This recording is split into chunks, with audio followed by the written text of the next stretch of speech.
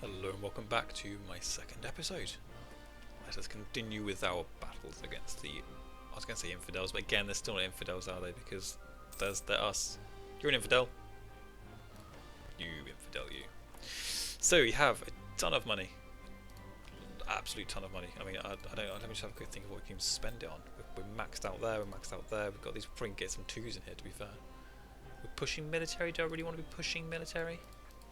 I prefer pushing admin for starters. Let's push admin for starters. Then again, I could have pushed military further and got this straight away. To be fair, I don't need any manpower just yet either. We're kind of rocking it. We're kind of rocking it. Oh no, -3%. That is absolutely terrible actually. I did gain piety.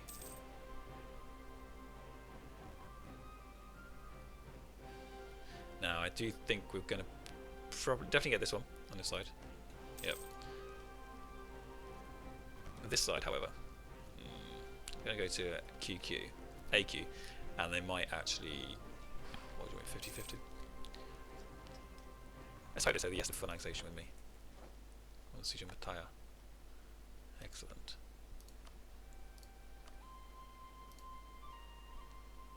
So one thing is they'll just give me Mataya. It might have to be the way it happens, because if they get this, they might go for full annexation before I can react, because obviously it's the computer doing it, and they might agree to it. Oh, we don't need your money.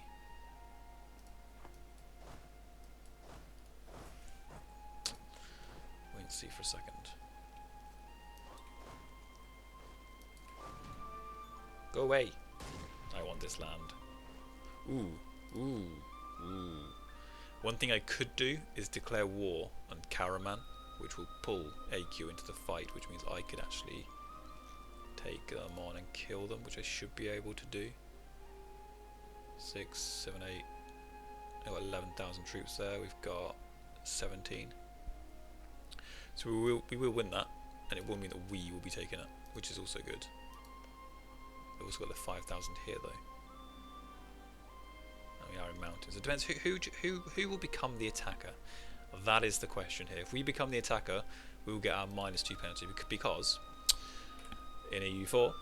Now again, if you watch my videos before, you will know all of this, but this is because it's an Ottomans video. I'm just going to go into a bit more detail in case this is people's first game to watch, because Ottomans are a starter nation.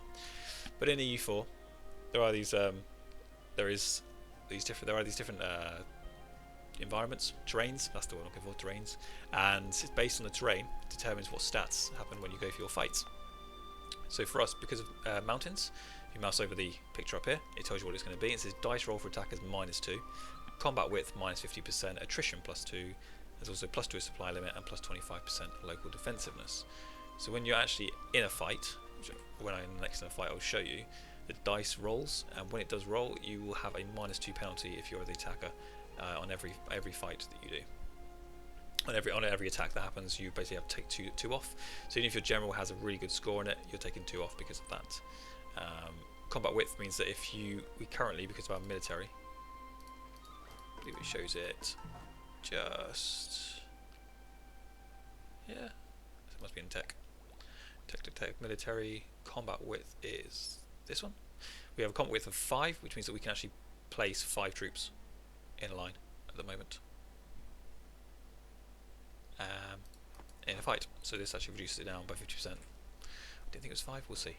So what I'm going to do is actually go to war. We're going to go to war. If we are in the mountains, we might actually lose this, and it becomes a bit tricky. Might become tricky.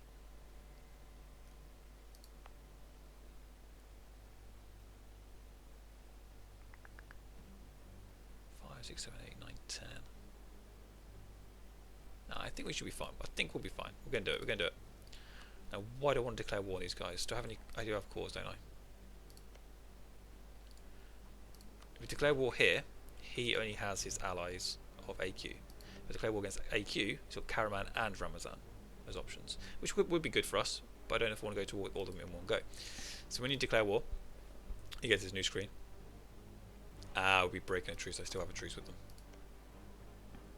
1449 that ends. No truce, no truce. So I could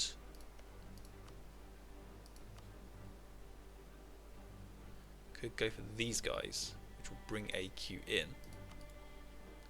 Declare war these guys. Ramazan will be brought in. So declare war against Ramazan. Another 16 piety lost. Brilliant. And I get a tick box here. And what this means, if I tick this box, they will be classed as a co-belligerent. And if they're co-belligerent, it means that we're basically saying, I want to go to war with Adana, but you guys are also a reason I'm going to war. I want to go to war with you guys as well. I really do. You are the people I want to take land from. So what happens is when you actually get your war score at the end, you get a ticking war score here. And then as you want to take land or whatever, so whether you want to concede defeat, you want enforced fleet basing rights, military access, war score is here. This is how much percentage of war score you need. We're at 22% here because the peace offer is actually 40, 25 plus 15. They're saying no, it's too high. We're not doing that. If you see at the bottom, it says reasons against it. Current peace offer minus 40, demands exceed war score minus 32. And if we go against these guys and bring these in as co-belligerents, it means that we can spend the same war score. So if it says 15% war score for that, for instance, for whatever reason it is, it's 15%. If it was against these guys, it would be 30 if we want to try and take some land. Now, but if we do that, it means they can also call their allies in. So we bring them into the war, and they can bring their allies in. If we don't tick that, Adana will bring these guys into the war, but every peace offer against these will be more expensive. So at the moment, the only reason I'm doing it is so that I can attack just them and them without these guys. It's the only reason I'm doing it. So we're not going to tick it. We do not care about taking their land just yet. Probably could, but we're not going to. So I'm going to declare war. We should fight only a few people. There we go. 3,000 straight up. And then that 7 should join in straight after. Here we go. Who's the attacker? As you can see, the combat width is 1, 2, 3, 4, 5, 6. So I don't know what I'm doing that for because it tells you just here. Here. Current combat width is 10. But so anyway, base is 15 wide. So the base is still starting at 15. And our tech, which you saw before, it increases it by 5. I don't know what the base was, but increases it by 5. So it would be 20, sorry. But then because we're in mountains, reduces it by 50%, so our combat width can only be 10. Which means that even though we've got more troops, it doesn't actually help too much because only the front line can fight. These X's are infantry. And the spears, I guess they are, spear swords, are cavalry. And then you would normally have artillery in the back, but everyone else would just fill in behind. Only the first line can attack. And cavalry usually are too wide at the front. We should do quite well. Unfortunately, they have joined in, and we are the attackers, which means we do have a -2 terrain and a -2 crossing. Ouch. This is your morale, and when your morale gets down too low, you will retreat. And your morale is based on lots of different things, but it's mainly down to technology, really. And this is your dice roll. So every single time we get to a fire phase or a shock phase, your dice is rolled. And we get a 3, they got a 3, so we're equal at the moment. Okay. However, we've got a +3 because our fire on our general is 3 and our shock is 1. So every time we get to a fire phase, we get a 3. They have a 2. Where's their 2? They should have a 2 there. Or even we just get a +1, but still. Shock 1, shock 3, so they'll get a +2 on their shock phase. However, we lose 4 every single time. 1 because we're in bad terrain, and 1 because we've got a river crossing somehow by just being stationary. You must remember whereabouts we came from. So this could be a very close fight because everything else is equal. Apart from discipline, we're at +10%. But I do think it's going to be a very close, if not a loss, because of it. And F5 shouldn't be able to join in, I'm not with them. Yeah, see, our morale is going down a lot faster. That is unfortunate. We lost that fight, but we can come back. We lost a lot of war score there, which is not very good. But we can come back, so that will be fine. We've lost 2,500 infantry, 3,000 cavalry. They lost nearly 3,000 infantry and only 400 cavalry. But we shall be back. Hopefully sooner rather than later. Excellent. The siege of Albania has been won. So we can go into diplomacy. We can sue for peace. And let's clear demands. What we can do is we can ask for war reparations. It's very cheap, and it basically means they give us 10% of their income every year for 10 years. Which is usually good. You usually want that. No matter what, you normally want that. However, because we're probably going to take all of their land, or one province, we don't care so much about that. We can ask them to transfer the trade power. Again, bigger nation, we might want to do that. Enforce military access, enforce fleet basing, Concede defeat just means they say, you know what, alright, fair enough. We gain 10 prestige, they lose 10 prestige. We can ask them to become a vassal. Now, vassal means that they remain as their own country. They do everything themselves. We don't have any interest. We don't do anything with them, but they give us a certain percentage of their military power. And also, when we go to war, they have to come to war with us. There's no chance. There's no negative. They cannot not do it. They have to do it. The other options are under here, but they're all greyed out, so there's no chance of it. And the final one is full annexation, and that means that that land becomes ours. Now, as we have a core on it, it's very good. No diplomatic power, no inflation, because we're not getting money from it. We suffer aggressive expansion, which is very, very, very small because it's our core. And what this means is that other people start to think that country is expanding quite fast. We should keep an eye on them. What are they doing? Because if a nation gets aggressive, think in modern day Russia against Ukraine. Russia are trying to expand. Everyone in the world's going, whoa, hang on there, stop yourself. Because if they're taking land, what do they want to do in the future? They want to take our land. So people nearby, Venice, Albania, who won't exist anymore, and Ragusa, will start to think, hang on, something's going on. So they lower their relations with us. On the other hand, it doesn't really matter too much because it's a very tiny amount. Normally it would be a lot higher. And then finally you have overextension, which is as your overextension goes up, it has a lot of negative effects, and I'll show you that later on when we actually get some. But for now, it is nothing at all because it's our core. So because it's ours, it's core land, I'm just going to straight away take it fully on and send a demand. And they would accept. They have to accept. They can't say no. Bam. This land is now ours. Now normally you would go ahead and you would core it now, but it's already a core, so we won't be doing that. There's different culture groups. Albanian is not an accepted culture, and you can see here which cultures are and are not accepted. We have Bulgarian and Greek accepted. Turkish is the main one, and currently the one that isn't is Albanian. Albanian is not accepted at the moment. If we get over 20% of our cores, it will become accepted, and then if it drops below 10 after that, it will stop being accepted. So we need to get Albanian above 20% of our cores for it to be accepted. It's never going to happen. So we're never going to have this accepted. So what we can do is we can spend points to change it. They won't show you how many until we convert it to Sunny first, unfortunately. But it's quite expensive. It's not normally something that's worth doing, really. So we're going to probably continue having local unrest, lower tax modifier, lower missionary strength, and lower manpower modifier.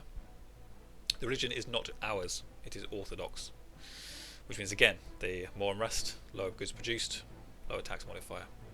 We will be sending one to change that over some point sooner rather than later. Yeah, unfortunately, Albanian is just that one place. No one really likes it. No one really is Albanian, unfortunately. And what this does, it increases unrest, and unrest goes up and up and up, and as unrest goes up, and these people are the Albanian nationalists, as unrest goes up, they have these little rebellion groups nowadays. Things have changed in the recent patch. You have different groups, and it tells you what they want. So these ones want freedom, these ones want unification, these ones want to change to Orthodox, rather well, they just want you to change the whole thing to Orthodox rather than being Sunny. These guys want freedom, these guys want freedom. And every month there's a chance of it going up based on their revolt risk. Now even though Albanians are quite high, because there's so few of them, it's going to go up slowly. It's going to take, at this rate, 87 years until they rebel. Over Bulgarians, 13 years is more likely to happen. So you probably want to look into the reasons behind that. You want to change things. It could be because of culture, it could be because of religion, it could just be because of nationalism, which happens after they initially are taken over. So if we have a check at unrest, it tells you what the reasons are. So because of the type of government we've got, it's minus 1%, plus 2.5% because of our war exhaustion, which we get over time by being at war. We will reduce that down at some point. Legitimacy brings it down. One of our ideas we had is reduce it down. Poor religious unity brings it back up. Not an accepted culture brings it up by 2, which is quite bad. Intolerance 2.5. But Hanford-friendly troops there dropped it down by 1. But I do have to pull them out. We'll come back to autonomy later. I'm going to pull these troops over here. I'm going to help out this fight over here. And these guys can, I guess, come down here to block for a bit. One thing I'll probably do is just quickly hire some mercenaries. These are expensive. These are normal troops, and these are our mercenaries. I'm going to hire some mercenaries just to get our troop numbers up. It's going to be a bit costly, but as we saw before, it doesn't really matter too much. Cost doesn't really matter too much for us just yet. But let's do that. Now, as our troop numbers go down, they fight, and then every month they take it from our manpower pool. This is a pool of troops, pool of citizens in the land who are ready to rise up and be our troops. They're not actually in our armies, they're effectively our reserves. They're sitting there waiting to be called up. We need 6,000 men to fully reinforce basically this army here, and every month 1,600 will reach the armies. And this is based on our modifier here. This increases reinforcements and also increases morale. So it would take about 5 months to, or 4 months probably, to fully reinforce them. So probably after about a month we'll send them back in again, because the morale also raises up over time as well. And your manpower increases by 10% of the maximum per year. So every year we increase 2,765 because our maximum is 27,650. So diplomatic move. These ideas, these decisions pop up every now and again. They're usually centered around your current situation. They're very much tailored for you. And I believe because I've got a DLC, there's quite a few specific for the Ottomans as well, or the Sunni religion, but I think there are actually one specific for the Ottomans. For instance, taking about this is purely because of the Ottomans. Diplomacy between nations were often affected by random factors from both sides involved. Most of the time, these factors were beyond the control of the foreign ministers involved. So we can appoint new diplomats and gain 30 diplomatic power, or we can improve relations with neighbouring states. So gain 10 diplomatic power, and Karaman increases their opinion of us by 30. I don't really care what Karaman think of me, to be fair, so let's go straight for the increased diplomatic power. Boink. These guys are going to stop. Wow, they're really running away. That's going to possibly screw this over. They may actually get this in time. We'll see how it goes. Now if we do click on it, we can see, remember we've got a -2 crossing penalty before. They've now introduced this lovely little button here, or little symbol, which they used to have, but they don't have. They've introduced it. They used to have it in CK2, and I think it was in EU3 as well.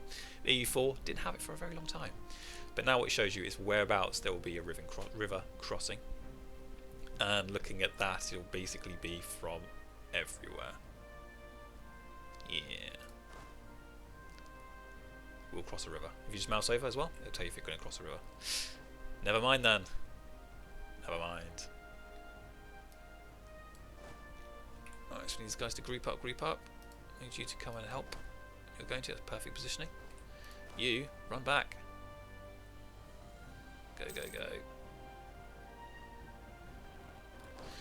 Bloody hell, they went up very far. Right, so one issue is because we are over our limit, we do actually pay extra. We're going to pay an extra 3.67 purely for being over the force limit. So we have to pay for the troops anyway. Mercenaries cost even more, so we're paying extra for them, and then we're paying extra on top of that because of this. So at the moment, it's not our best position to be in financially. We're actually in negative, -8. And the reason for this is because we have to pay a lot more. Mercenaries, 4.29, plus 3.67 for being over the force limit, and then reinforcements, we're paying 11 for reinforcements. So overall, not very good. How are they doing? How are they doing? How are they doing? 0%. We're going to have to push in very soon. Let's get the troops up there. I'm going to probably push in before I even get this guy fully there. Let's have no leader. Grab him on that. Because these 13 will come and help. They'll come and help. It'll be fine. What's that? Wait for them to get probably 2 provinces away, and I'll jump in. Oh, hello. One more building?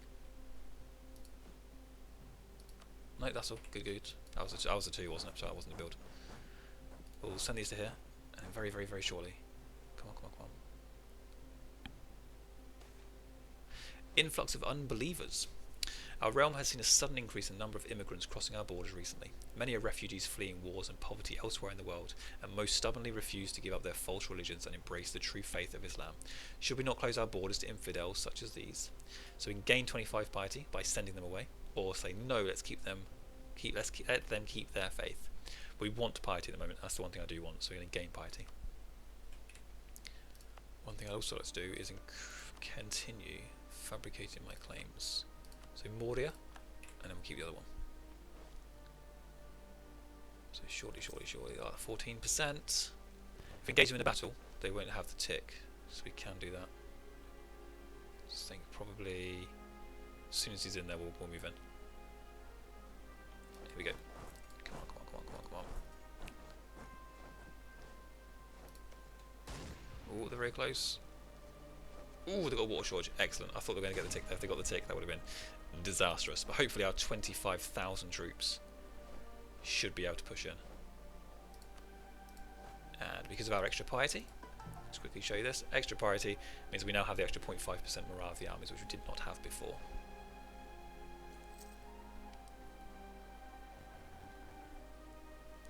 We've won the siege of Sinop as well. Excellent, excellent, excellent. So we'll sue for peace, and again we're going to ask for full annexation, plus 2.9 aggressive expansion. This will upset Kandar, which are them themselves, again won't matter, but it gives -4 penalty to my nearest neighbours, -2 penalty to a bit further away, and -1 penalty even further than that. Again, I do not care. It's our land. We're taking it back for the good of the Ottomans. Huzzah! Let's send these troops in as well. Send in everybody. Right, we are losing, which is to be expected. But if you mouse over here, you'll see when the troops are going to come in. 22nd of June, so we've got another 11 days. Wow, that's a lot longer than I thought it was going to be. Oh dear. Oh dear, oh dear. It'll be fine. It'll be fine. In fact, I'll just quickly build up a couple of mercenaries, just because that was a lot. They got a long time to get in, and they died very quickly.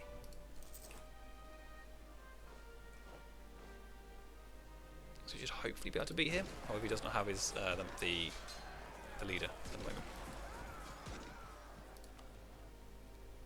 We can't pull the leader out until he gets out of the land. There we go.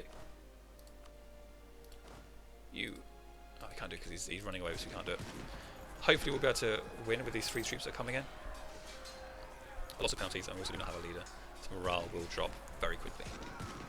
It was a very poor example of a fight. I do apologise. We did win though. Excellent. They lost their morale too much. Too much morale was lost. So now we can try and take this place back as our own, as the Ottomans. That was very slow, but that was purely because they were here, and I really did think they'd be able to do 2 very quickly. And it took such a long time.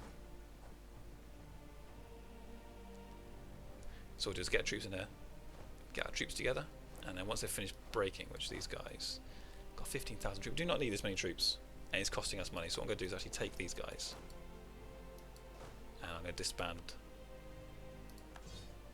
Yes, we just paid for them, but we do not need them at all. One thing you can do as well is you can have a look, and you can see troop numbers on this screen. So we've got 15,500 infantry, 5,000 cavalry. You can see our ships at the bottom here. Oh yeah, I've got transport ships. And they have no troops on their side. So these guys have no troops. And then for these guys, they've got 4,000 and 1,700. We have so much manpower reserve, so we will be fine. One thing I'm going to do is detach a siege. You do that by pressing the D button, and then jump in here, kill off this 1,000. So they're just sitting there doing nothing. And then once that's done, which will happen very, very, very quickly, and I'm going to push straight back down over here and kill off this 1,000 troops that are sitting here. Serbia's declared war on Bosnia. This does happen quite often. These two do go to war, try to amalgamate their power, consolidate their power. Sorry, so amalgamate.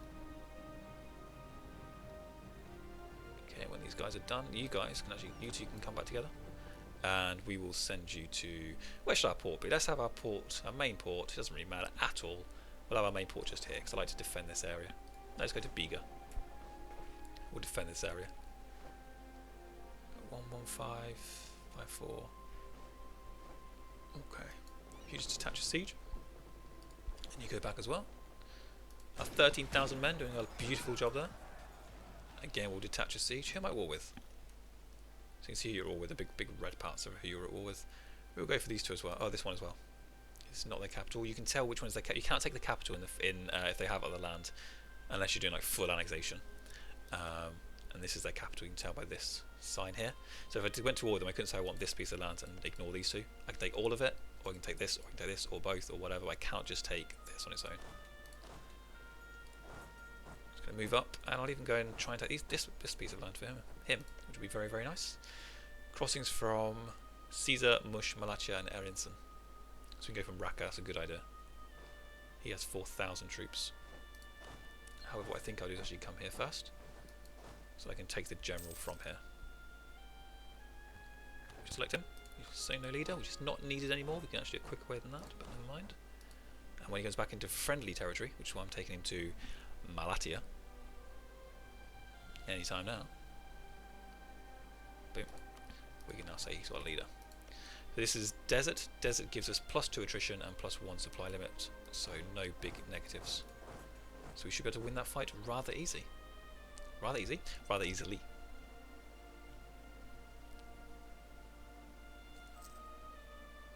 This is a little morale bar on the side. cruelty of mercenaries. War is seldom without brutality. Soldiers are not known for their mercy, but this war has seen some exceptionally vile behaviour on part of our occupying forces. It appears that mercenaries, unsatisfied with the wages we provide them with, have resorted to robbing the civilian population. Extortion by means of terror and torture has become commonplace. Ottoman soldiers are reviled as well as feared, and stories of their atrocities spread beyond the borders of the war. And it's quite well known that the Ottoman Muslims were the troops. They were horrendous, but for them, I think it was in a good way. They were feared, which is what you want from your troops, but some of the stuff they did was not good. But if you are at war and the whole point is you're trying to spread, you want to be feared. So yes, it was terrible. On the other hand, do you really want to be a friendly warmonger? Not really. We should prevent this from happening in the future, so we can lose 5 prestige, because you're kind of saying, yeah, actually my forces were wrong. My nation's done something wrong. Oops. You don't want to be doing that. Hold your head up high. Ottomans get curtailed mercenaries, so merc cost increased by 30% and available mercenaries reduced by 30% for the next 5 years. A lot of things happen for either a year, 5 years, 10 years, or a lot longer. Or bellum si ipsum allet. Let them take what they want. We can lose 10 prestige, and local unrest is increased by 3% in Malatia. Now for me, I don't need mercenaries at the moment. I've got them purely because I made a bit of a mistake at the beginning, but apart from that, not really needed, so I'm fine losing just 5 prestige. We'll go for that. We should prevent this from happening in the future. And what I'm going to do is I'm going to end the episode after these guys have their battle. Although they're going to leave on the 16th of October and they're going to arrive on the 8th, so we will have the fight. So here we go. Defender receives 25% shock damage increase for nomads in Plains territory. The reason for that is because these guys are nomads. As you can see there, they oh, you can't see that there? I thought you could see that there. No, they get a bonus for 25% shock. I thought it was just on their cavalry, but maybe not, because they're in home territory. But nomads are a lot weaker overall. At the moment they're not, because they're at 3, but because they take up a lot slower, they become weaker. And that's one way to sort of show the perception of nations becoming weaker and weaker over time, is to increase the tech cost. So we got the plus 25%, which isn't too much. Western Europe, they get normal amount, 600 points. Eastern Europe, they get 20%, is it? I think it's 20%. 25%, and then nomads get more, they get worse and worse. And you get India, which have another amount. And then you have Cura, I can't say, how do you say it? Oh, Chinese. Sorry, it's the religion I was thinking of. Confucian. And then you have Japanese, you have African, which are Muslim. Oh, not Muslim, wrong ones. There we go. Nope, they're the wrong ones as well. They're the wrong ones as well. In here, there's Sub-Sahara. And they've got another tech group as well, as do the Americans. But yes, this is the world as we know of at the moment. We do not know of the Americas. We don't know of South America. South Africa. We don't even know Japan exists. We are just confused in the world right now. So I'm going to end the episode here. I hope you like it. And do remember, this is, I have to point this out because of comments in the last set of videos I did. This is aimed at the beginners. It's not going to be a world conquest. I'm not trying to do everything perfectly and brilliantly. It's designed to sort of show you the mechanics and just gently spread out. That's what it's for. We're trying to get a few achievements on the way, but really just have fun. Just join in, have a laugh. If you've got any ideas as to how you want to proceed, let me know, and I'll read them and maybe I'll take into consideration and go that way. If you have any tips, be constructive. I'll take it on board. Until then, I'll see you guys next time. Bye bye.